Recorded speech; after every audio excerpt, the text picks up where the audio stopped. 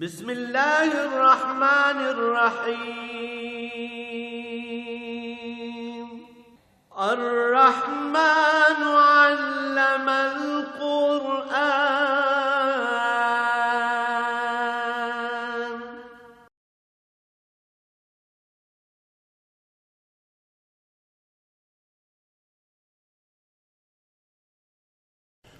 الحمد للہ رب العالمین والصلاة والسلام على حبیبہ محمد وآلہ وصحبہ اجمعین. اعوذ باللہ من الشیطان الرجیم. بسم اللہ الرحمن الرحیم.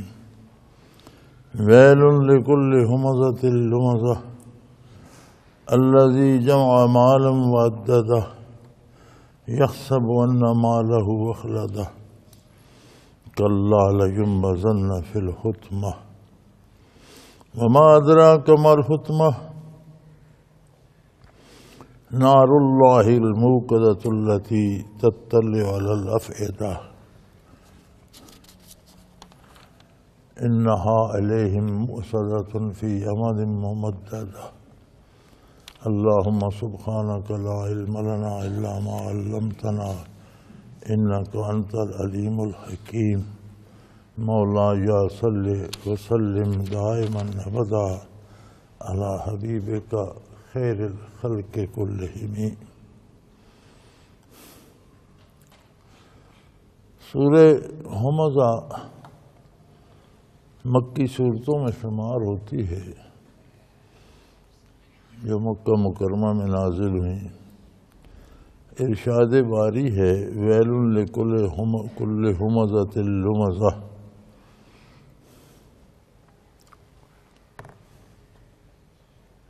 بہت بڑی تباہی ہے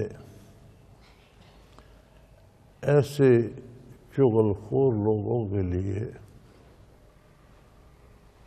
جو دین کا مذاق اڑاتے ہیں اور اس مذاق میں تان آمیزی ہوتی ہے.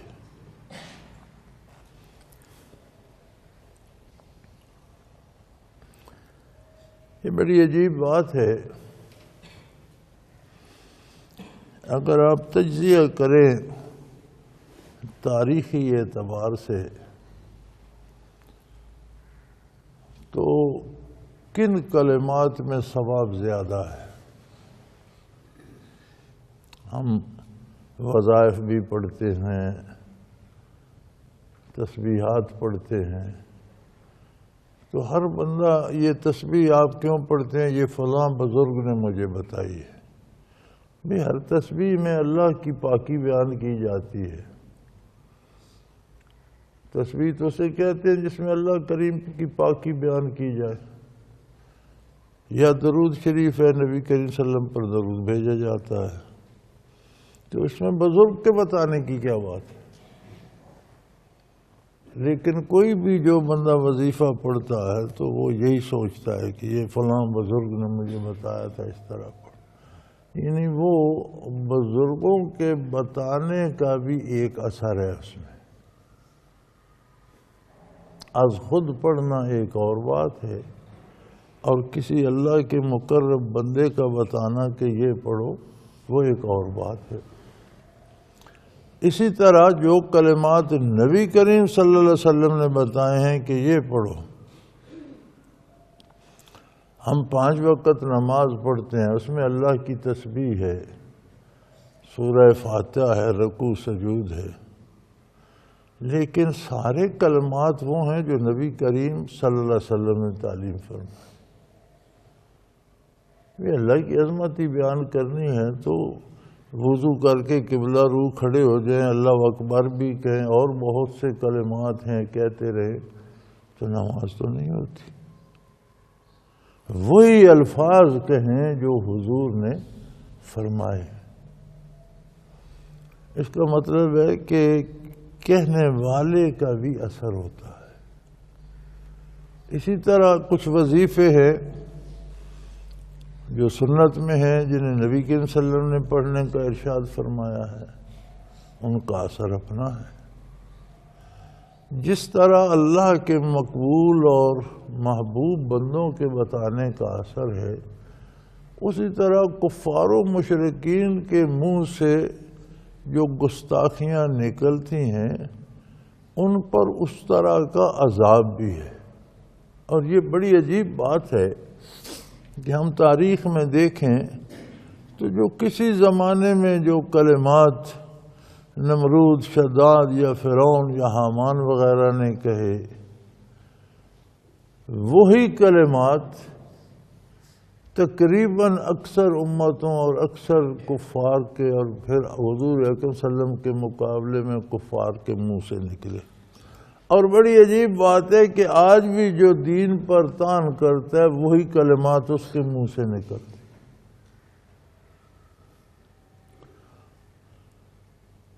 اس عہد میں اب یہ مکہ مکرمہ میں نازل ہوئی صورت، اور ارشاد ہوتا ہے کہ دین پر طعن کرتے ہیں اور اس میں طنز بھی ہوتا ہے، مذاق اڑاتے ہیں دین کا اور اس میں طنز بھی ہوتا ہے۔ اور عموماً یہ کیا جاتا ہے اسلامی نظام کے خلاف۔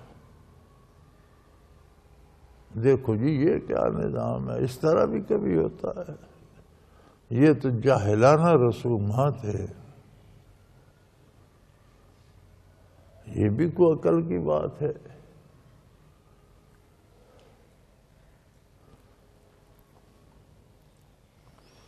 اور پھر چغل خور ہیں، لگائی بجھائی کرتے ہیں۔ جتنے لوگ اسلامی نظام پر طعن کرتے ہیں اور اس کا مذاق اڑاتے ہیں، ان میں ایک اور عادت بھی اللہ کے نے فرماتے ہیں، یہ سارے چغل خور، ادھر کی بات ادھر، ادھر کی ادھر، یہ چغل خور بھی ہیں۔ نازل تو ہوئی مشرکین مکہ کی عادات اور ان کا کردار بیان کرتی ہوئی۔ آج بھی دیکھ لیں جو اسلامی نظام پہ طعن کرتے ہیں، دیکھ لیں وہ صرف اعتراض نہیں کرتے، اس میں تحقیر کا پہلو بھی ہوتا ہے۔ وہ دیکھیں ہیں جی نمازی نمازیں پڑھ پڑھ کر بھی ایسا کرتے ہیں۔ کسی بندے کا قصور ہے تو اس میں نماز پہ طعن کرنے کی کیا ضرورت؟ چلو اس نے برائی کی تو نماز جو پڑھتا ہے وہ تو اچھائی ہے نا، نماز میں تو کوئی برائی نہیں ہے نا۔ اگر بندے سے قصور بھی ہوا نمازی سے تو وہ بھی انسان ہے، بے نماز سے قصور ہوتا ہے تو کوئی تانا نہیں، نمازی سے ہو گیا تو کون سا تانا ہے؟ اسے نہیں کرنا چاہیے، لیکن انسان ہے، غلطی ہو گئی تو نماز پر تانے کی کیا ضرورت ہے؟ اچھا اسلامی نظام کا زیادہ مذاق اڑائیں گے، یہ قابل عمل ہی نہیں ہے جی، یہ کیسے ایسا کیسے ہو سکتا ہے؟ کیوں کرتے ہیں ایسا؟ اللہ کریم فرماتے ہیں الذی جمع مالا وعددہ، یہ دنیا کی دولت کے دیوانے ہیں۔ اسلامی نظام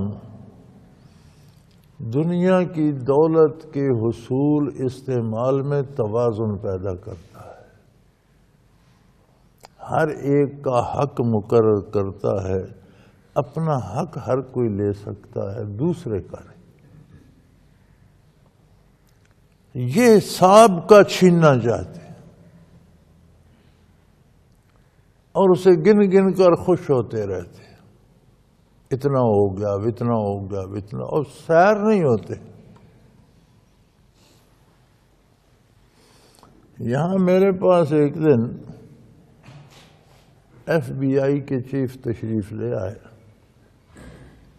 یہ ہمارا جو ایف بی آئی کا ادارہ ہے، اس کے پاس تقریباً ملک بھر کی لوگوں کی معلومات ہوتی ہیں۔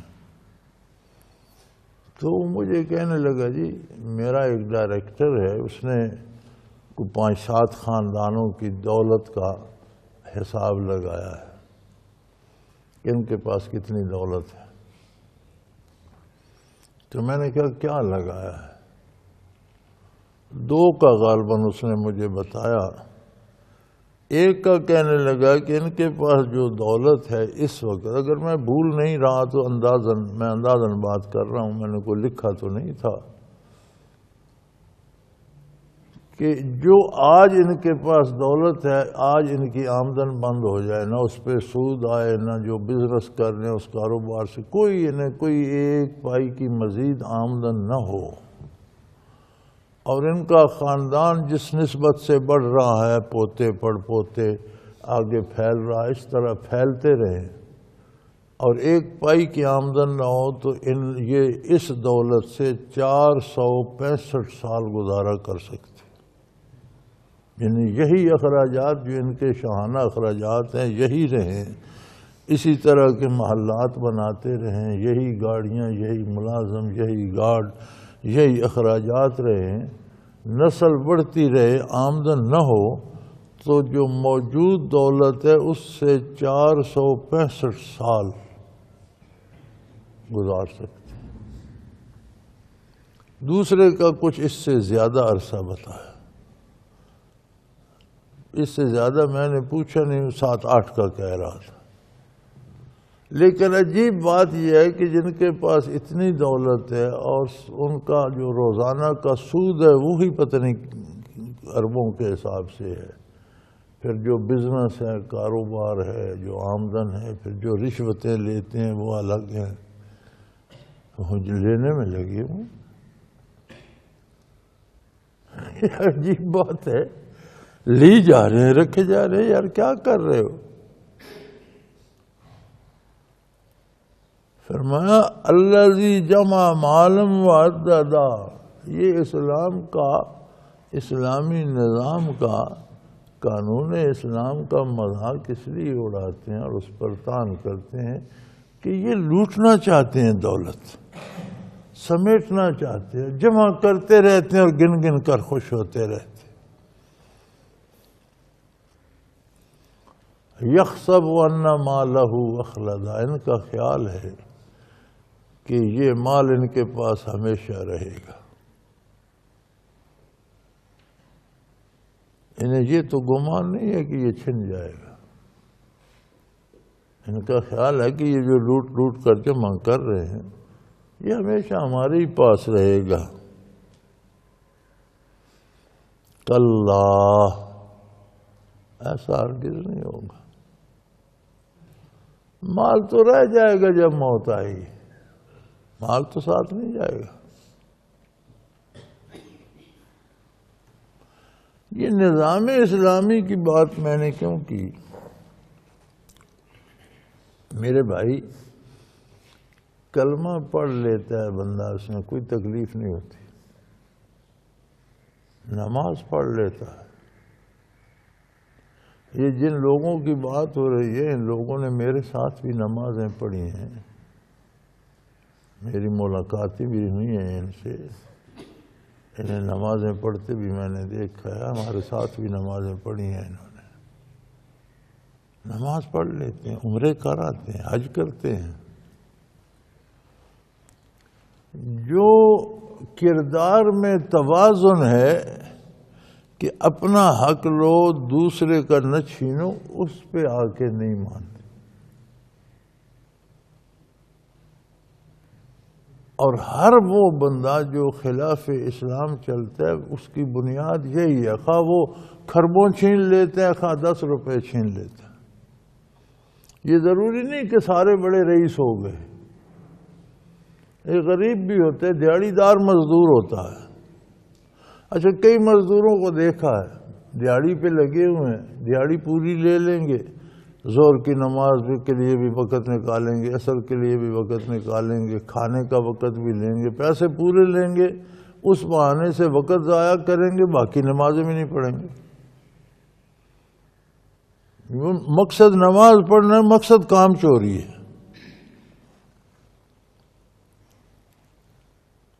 ایک عام آدمی ہے، اس نے 10 روپے 15 روپے 20 روپے دیہڑی لینی ہے، وہ بھی کوشش کرتا ہے کہ روپے پورے لے لوں، کام تھوڑا کر۔ اس سے لے کر ارب پتی لوگوں تک سارے یہ کوشش کرتے ہیں کہ پیسہ سمیٹوں. اب یہ الگ بات ہے کسی نے خربوں سمیٹ لیے، کسی کو کچھ آنے پیسے چونیاں ملی. تو یہ سارے وہ لوگ ہیں جو اسلامی نظام کو نہیں چاہتے. یہ وہ لوگ ہیں جو عقیدہ بھی مان لیتے ہیں، عبادت بھی کر لیتے ہیں، لیکن معاش میں، معیشت میں، تعلقات میں توازن نہیں چاہتے. کچھ ان سے بھی سینئر ہیں جو پھر عبادت بھی نہیں کرتے، کچھ ان سے بھی بڑے ہیں جو عقیدہ بھی قبول نہیں کرتے. تو وجہ کیا ہے؟ فرمایا یہ سمجھتے ہیں کہ یہ مال ہمیشہ ہمارے ہی پاس رہے گا. انہیں یہ پتہ نہیں ہے کلا، ایسا ہرگز نہیں ہوگا. لَيُنبَذَنَّ فِي الْحُطَمَةِ، جب موت آئے گی کہ انہیں تو حطمہ میں پھینک دے گی.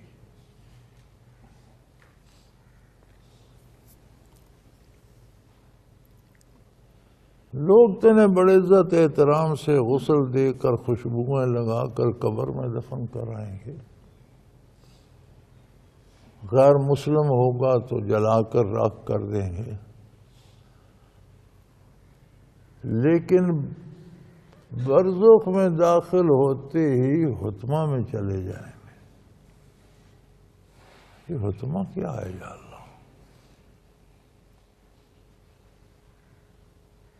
قیامت کے بعد تو حطمہ میں جائیں گے، یہ برزخ میں بھی حطمہ والوں کا کیا ہوگا؟ وما ادراک ما الحطمہ، اے مخاطب تو کیا جانے حطمہ کیا ہے؟ تجھے کیا خبر حطمہ کسے کہتے ہیں؟ نار اللہ الموقدۃ التی تطلع علی الافئدہ، یہ اللہ کی ایسی بھڑکتی ہوئی آگ ہے کہ جسم کے کسی کے حصے کو چھو جائے تو دل کے نہاں خانے سے شعلہ جا نکلتا ہے. آگ انگلی کو چھو جائے تو انگلی جل جاتی ہے، ہاتھ کو چھو جائے ہاتھ جل جاتا ہے، پاؤں کو چھو جائے. نہیں، فرمایا یہ اور طرح کی آگ ہے. ہاتھ کو چھو جائے ہاتھ تو جلتا ہی جلتا ہے، شعلہ دل کے افئدہ، دل کے بھی نہاں خانے سے جا نکلتا ہے. حطمہ کی جو آگ ہے، حطمہ دوزخ کا ایک حصہ ہے اور دہکتی آگ ہے، بھڑکتے شعلے ہیں، اور اتنے عجیب وہ شعلے ہیں جیسے بعض ادویات ہیں نا، آپ انجیکٹ کرتے ہیں بازو میں اور اس کا اثر دل پہ جا کر ہوتا ہے. دل گھبرا رہا ہے، انجیکشن لگایا بازو میں اور دل میں تقویت ہو گئی. فرمایا یہ آگ اس انجیکشن کی طرح ہے کہ جسم کے کسی حصے کو چھوتی ہے تو شعلہ دل کے نہاں افئدہ سے جا کر نکلتا ہے، دل کے بھی انتہائی نہاں خانے سے جا کر شعلہ نکلتا ہے. اب قیامت کے بعد تو جہاں جہاں کسی کا فیصلہ ہوگا، اللہ کریم معاف فرمائے، تو یہ تو فرمایا مرتے ہی حطمہ میں جا گرتے ہیں. تو برزخ جو ہے یہ دراصل انتظار گاہ ہے. جیسے آپ کے بعض دفاتر کے باہر انتظار گاہ بنی ہوتی ہیں، ریلوے اسٹیشن پہ بنی ہوتی ہیں، ہوائی اڈوں پہ انتظار گاہ بنی ہوتی ہیں، تو وہاں درجہ بندی ہوتی ہے نا. اب ریلوے کا 3rd کلاس کی انتظار گاہ اور ہے، 2nd کی اور ہے، 1st کلاس کی اور ہے. 3rd کلاس میں بینچ پڑے ہوتے ہیں، 2nd کلاس میں میز کرسیاں پڑی ہوتی ہیں، 1st کلاس میں صوفے لگے ہوتے ہیں. آپ ہوائی اڈے پہ جائیں تو عام انتظار گاہ میں کرسیاں لگی ہیں، بیٹھنے کی جگہ ہے، میز ہیں، اے سی چل رہے ہیں. لیکن VIP لاؤنج میں جائیں تو صوفے لگے ہیں، چائے کافی مل رہی ہے، بڑے خوبصورت ٹیبل گلدان سجے ہیں، بجلی کمکمے لگے ہیں، بہت خوبصورت جگہ ہے. عدالتوں کے باہر انتظار گاہیں ہیں،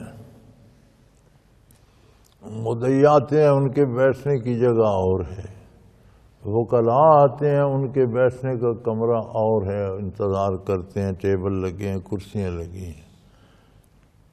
مجرم آتے ہیں گرفتار کی، ان کے لیے حوالات بنی ہوئی ہے۔ اب عدالت ایک ہے، بندے تین قسم کے ہیں، مدعی اور گواہ آتے ہیں ان کے لیے اور سی جگہ ہے، وکلاء آتے ہیں ان کے لیے بہترین جگہ ہے، مجرم آتے ہیں ان کے لیے وہاں بھی ایک کوٹری حوالات کی بنی ہوئی ہے۔ تو یہ برزخ بھی انتظار گاہ ہے، جس کیٹیگری کا بندہ جاتا ہے ویسی انتظار گاہ ہے۔ تو فرمایا یہ جو حتمہ والے برزخ میں بھی داخل ہوتے ہیں تو وہاں بھی انہیں اسی طرح کی آگ میں داخل ہونا، وہ انتظار گاہ بھی ان کی ویسی اسی آگ کی بنی ہوئی ہے۔ لَيُنبَذَنَّ فِي الْحُطْمَةِ، ان کو حتمہ میں ڈال دیا جائے گا۔ وَمَا أَدْرَاكَ مَا الْحُطْمَةُ، اور مخاطب تجھے کیا خبر، جانتا ہے حتمہ کیا ہے؟ نار اللہ، اللہ کی جلائی ہوئی آگ ہے۔ الموقدہ، تیز بھڑکائی گئی، شعلہ زن۔ کبھی آپ نے یہ دیکھا سونار جب ٹانکے لگاتے ہیں اور زیور جوڑتے ہیں تو ایک دیا سا جلا کے رکھا ہوتا ہے انہوں نے، اس پہ آگ جل رہی ہوتی ہے، ان کے پاس ایک نلی سی ہوتی ہے، اس میں سے اسی شعلے میں پھونک مارتے ہیں تو ہوا کے زور سے ایک شعلہ نکلتا ہے، وہ دھات پہ پڑتے دھات گل جاتی ہے۔ اب وہ دیا جل رہا ہے وہ بھی آگ ہے، لیکن اس سے جو شعلہ نکل کے پڑتا ہے سونا یا چاندی جو بھی وہ دھات اسے گلا دیتا ہے۔ تو آگ کی قسمیں ہیں نا، دنیا میں بھی ہیں۔ وہ سونار کے منہ میں ایک نلی سی ہوتی ہے، اس سے وہ پھونک مارتے ہیں، اس میں سے شعلہ ہوا کے زور سے نیچے گرتا ہے تو اس دھات کو اتنا تیز ہو جاتا ہے کہ دھات کو گلا۔ فرمایا یہ حتمہ اس طرح بھڑکتا شعلہ ہے، جس طرح وہ سونار نکال کے ڈالتا ہے نا، اس طرح کا بھڑکتا شعلہ ہے۔ کیا خبر تجھے حتمہ کیا؟ النار الموقدہ، یہ لپکتا ہوا شعلہ ہے۔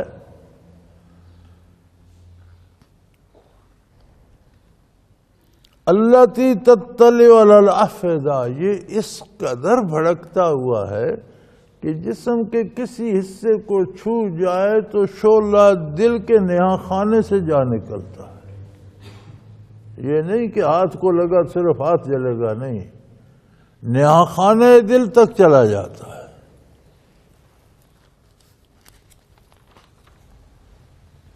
انہا علیہم موصدۃ فی امد ممددہ، اور اسی شعلے کے ستون بنا کر اسی شعلے کی دیواریں ہوں گی، اسی شعلے کی چھت سے ڈھانپ دیے جائیں گے۔ اسی آگ، بھڑکتی آگ کے شعلوں کے ستون ہوں گے، فرش ہوگا، دیواریں ہوں گی، چھت ہوگی، کوئی راستہ نہیں ہوگا، اس میں بند کر دیے جائیں۔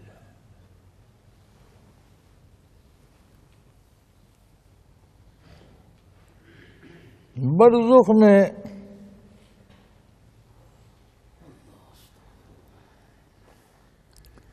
ایک عجیب بات، زندگی کے تجربے ہیں، اللہ کریم معاف فرمائے۔ یہ کوئی ضروری نہیں کہ بندے کے پاس بہت دولت ہو،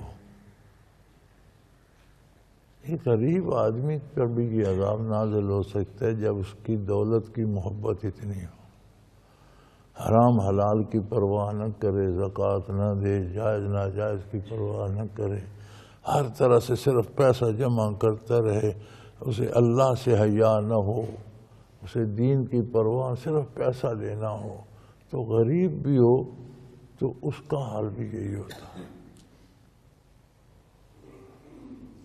ایک صاحب کشف بزرگ نے مجھے بتایا، ایک غریب سا آدمی تھا، میں جانتا تھا اسے، وہ فوت ہو گیا، تو کہنے لگی یار عجیب بات ہے، کیا ہوا؟ اسے جب انہوں نے دفن کیا تو میں نے دیکھا کہ یہ تو آگ کا بنا ہوا بکس ہے جس میں اسے یہ رکھ آئے ہیں، اور جیسے میت انہوں نے رکھا تو اسے اس طرح کھینچ کر اس پر پردہ ڈال، وہ بھی آگ کا تھا۔ تو مجھے کہنے لگا کہ جانتے ہو اس کے پاس کتنی دولت تھی؟ میں نے کہا تو غریب آدمی تھا، اس کے پاس دولت کہاں سے آ؟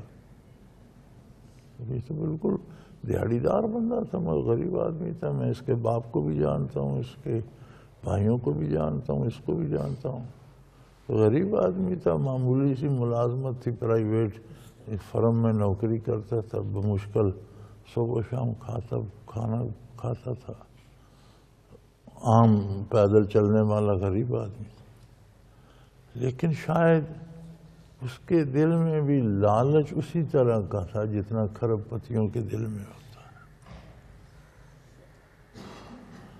تو وہ جو قبر تھی اسے ہی حتمہ بنا دیا گیا، انتظار گاہ ہے نا قیامت تک کے لیے۔ اللہ کریم معاف فرمائے۔ فرمائے یہ دولت، یہ دنیا، کماؤ دولت حلال جائز طریقے سے، اللہ دے ضرور کماؤ، جتنی ہے اچھا کھاؤ، اچھا پہنو، اللہ نے، لیکن حلال جائز، چھین کر مت کھاؤ، دوسرے کے حقوق نہ چھینو، اور جس قدر ممکن ہو اللہ اور اللہ کے رسول صلی اللہ علیہ وسلم کی اطاعت کرو، اور پھر معافی طلب کرتے رہو کہ یا اللہ اس ساری محنت کے بعد بھی جو کوتاہی رہے گی یہ تو معاف فرما دے۔ چیت جائے کہ تم اس نظام کا مذاق اڑاؤ جو اللہ کے رسول صلی اللہ علیہ وسلم نے دیا ہے، اور تم کہو کہ یہ تو ناقابل عمل ہے، اور یہ فضول باتیں ہیں، اور ایسا کیسے ہو سکتا ہے، ایسا ہو ہی نہیں سکتا، یا کہو جی اسلام کی تو سزائیں وحشیانہ ہیں۔ اب یہ کیسا عجیب جملہ ہے، یہ معاشی نظام اسلام کا قابل عمل ہی نہیں ہے، گویا اللہ نے جو نظام دیا وہ ناقابل عمل ہے، رسول اللہ صلی اللہ علیہ وسلم جس کی تبلیغ فرماتے رہے وہ ناقابل عمل ہے، گویا حضور اکرم صلی اللہ علیہ وسلم ناقابل عمل باتیں بتاتے رہے۔ کتنی کس قدر بڑی گستاخی کی بات ہے یہ کلمہ کہنا، اور پھر ان کا مذاق بھی اڑایا جائے صرف اس لیے کہ بس دولت جمع کرنی ہے۔ فرمایا اور ان کا کوئی مقصد نہیں ہوتا، کیوں اسلامی نظام پہ نہیں آتے؟ اپنے آپ کو حساب سے بری رکھنا چاہتے ہیں۔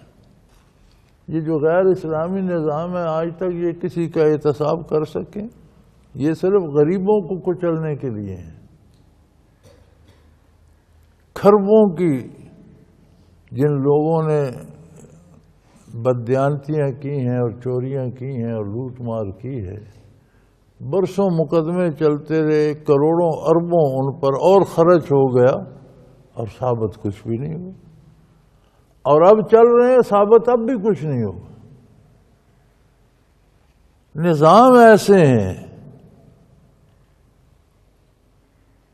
کہ شریفوں کو رسوا کرتے ہیں اور چوروں ڈاکوؤں کو سپورٹ کرتے ہیں، یہ نظام ان کی مدد کرتے ہیں، اور اسلام کے نظام کی مخالفت یہ لوگ اسی لیے کرتے ہیں کہ اس لوٹ کھسوٹ سے انہیں کوئی روکے نہیں۔ فرمایا یہ لوٹ کر کہاں لے جاؤ، یہ میرا میرا میرا، یہ کسی کا بھی نہیں ہے، تمہیں تو اٹھا کر حتمہ میں پھینک دیا جائے گا، مال پیچھے رہ جائے گا، کیا کرے گا مال؟ اور حتمہ کی تفصیل قرآن حکیم نے بتا دی۔ اللہ کریم ہمیں معاف فرمائے اور ارشادات باری قرآن حکیم اور نبی علیہ الصلوۃ والسلام کے ارشادات پر یقین کامل نصیب فرمائے، ماننے کی اور اس پر عمل کی توفیق عطا کرے۔ وآخر دعوانا ان الحمدللہ رب العالمین۔ اللہ اللہ اللہ اللہ اللہ اللہ اللہ اللہ۔ حضرت امیر محمد اکرم آوان مد ظلہ العالی دارالعرفان منارہ ضلع چکوال میں سالہ سال سے قرآن و حدیث کے اوپر خطابات کر رہے ہیں اور سلسلہ نقشبندیہ اویسیہ کے مطابق لوگوں کو ذکر الہی کی تربیت دے رہے ہیں۔ وہ قرآن پاک کی تفسیر ترتیب وار بیان کر رہے ہیں۔ تفسیر قرآن کو وہ موجودہ ملکی اور بین الاقوامی حالات کے مطابق بیان کرتے ہیں۔ موٹر وے سے کلر کہار کے انٹرچینج سے نکلتے ہوئے کلر کہار کی جھیل سے ہوتے ہوئے میانی، بوچھال اور نور پور سے گزرتے ہوئے دارالعرفان منارہ پہنچ سکتے ہیں۔ حضرت امیر محمد اکرم آوان نے بچیوں اور بچوں کی دینی اور دنیاوی تعلیم کے لیے سقارہ اکیڈمی کے نام سے ایک درسگاہ بھی قائم کی ہے، جس کا افتتاح ملک پاکستان کے صدر جنرل محمد ضیاء الحق نے اپنے دست مبارک سے کیا تھا۔ وہ تمام احباب جو اسلام کی طلب رکھتے ہیں ان سے گزارش ہے کہ دارالعرفان منارہ ضلع چکوال میں امیر محمد اکرم آوان صاحب کے خطابات سے مستفید ہوں۔ وہ ہر جمعے کو نماز سے پہلے بیان فرماتے ہیں۔ ہر ماہ کی پہلی اتوار کو ماہانہ اجتماع ہوتا ہے جس میں آپ خصوصی خطاب فرماتے ہیں اور پاکستان کے چاروں صوبوں سے احباب اس اجتماع میں شرکت کرتے ہیں۔ اس کے علاوہ یہاں سال میں 2 مرکزی اجتماعات بھی ہوتے ہیں، ایک رمضان المبارک میں اعتکاف کا اجتماع اور دوسرا جولائی اور اگست میں 40 دن کا اجتماع ہوتا ہے جس میں روحانی تربیت کی جاتی ہے۔ اپنا خون سیماب دے کر اتنا ہم کر جائیں گے، نام آقا کا چمن میں پھر رقم کر جائیں گے۔